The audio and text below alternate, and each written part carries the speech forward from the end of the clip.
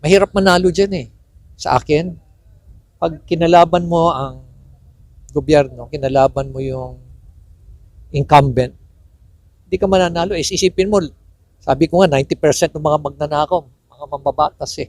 Di syempre sila mismo magkakampanya laban sa akin. Dahil talaga ikukulong ko sila lahat. Yun naman ang intensyon ko kung ako naging presidente, ay makukulong sila lahat. Siyempre, kakasuhan ko muna sila. Saka ako sila ikukulong. Yung mga, hindi lang naman mababatas yung kalabang ko dyan eh. May mga kasabwat din yan ng mga local chief executive. Diba?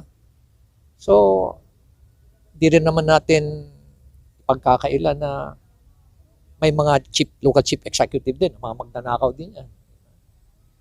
Di ba sinabi ko nga sa inyo na ngayon nasa politika ako, nalaman ko na siguro mga 80 to 90% ng mga politiko tumakbo lang bahala sa dahil masarap ang pera.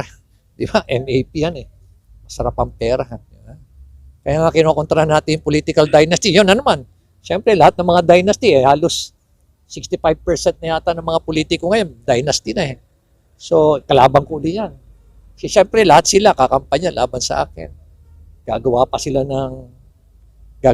ng mga kasinungalingan.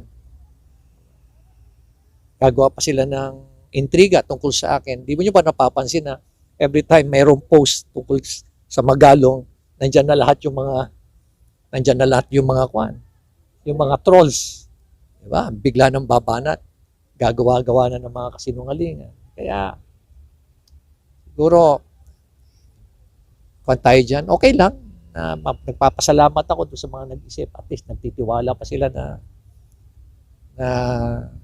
sa akin, may tiwala pa sila. Pero, imposible po ako mananalo kasi dito sa Pilipinas, wala pa pong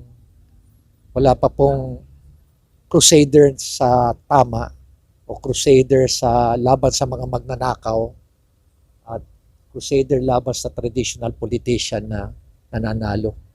Tingnan mo yung nangyari.